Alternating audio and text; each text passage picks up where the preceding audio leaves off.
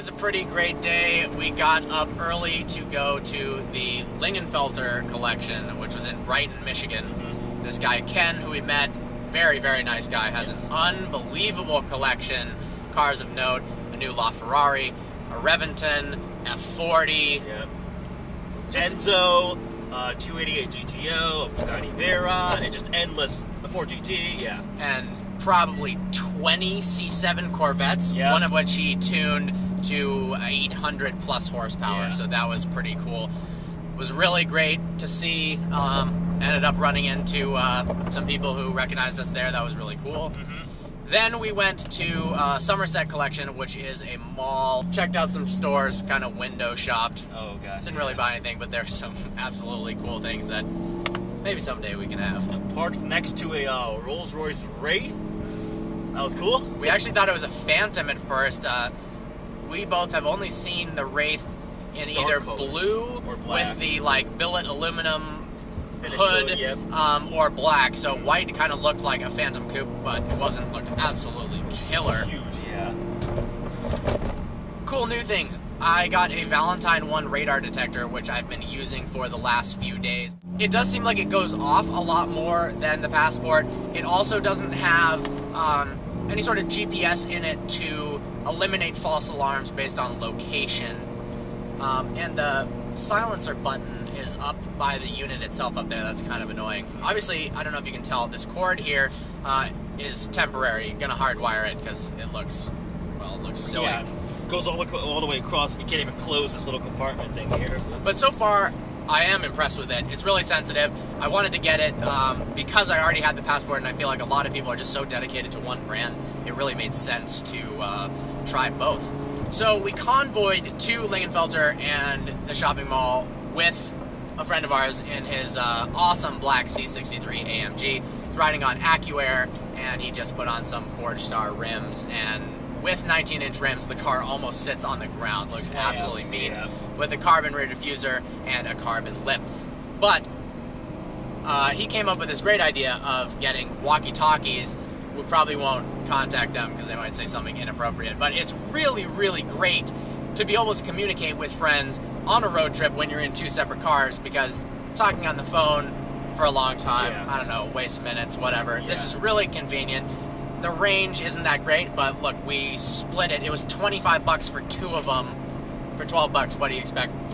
We also drove some cars today. I went into BMW to test drive the M4. Haven't been able to get an M4 to review yet, but we are working on that. We have someone who is willing to let us drive their M4, so that'll be exciting. But I really wanted to get behind the wheel of one, so I told them I was interested potentially in a new daily driver.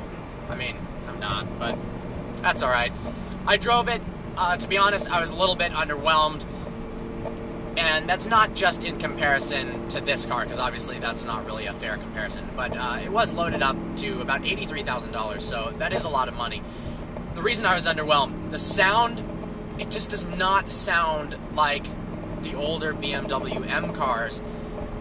My E39 M5, with stock everything, it just has this excellent growl. The E46 M3 had an excellent six-cylinder sound to it. And then even the E60 M5, beautiful. The E92 M3 sounded fantastic. It was really quiet, and it didn't sound good under... There was like a few RPMs, 4,500 under the right amount of load on an uphill on a Wednesday where it sounded good. But other than that, pretty underwhelming. Also, with the new transmission, it's too smooth. A lot of these companies are opting for these double clutch transmissions that are more efficient in terms of speed, but they take out a lot of the fun. Yep.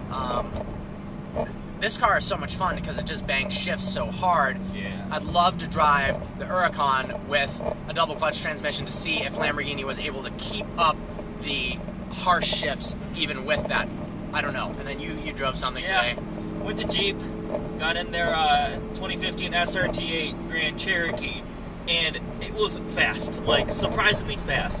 I mean, it's a big Hemi V8, so it does make a decent amount of power, has an 8-speed, and it was so refined on the inside. Like, that was almost a luxury. I mean, it was $73,000, but that's like a luxury SUV.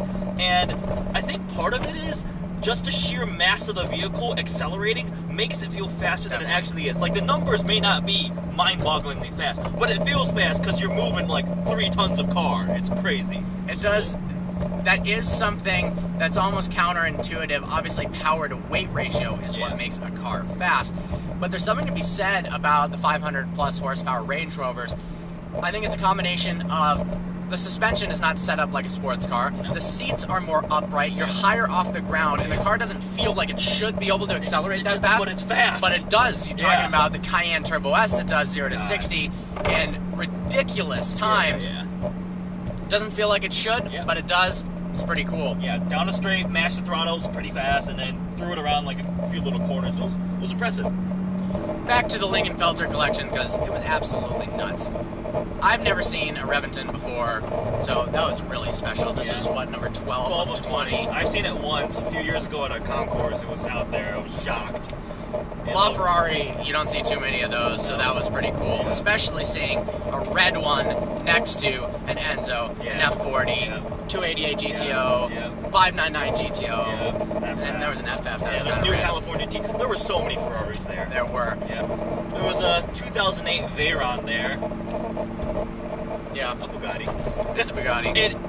Shockingly enough, it seemed almost tame in comparison to the cars that were surrounding it.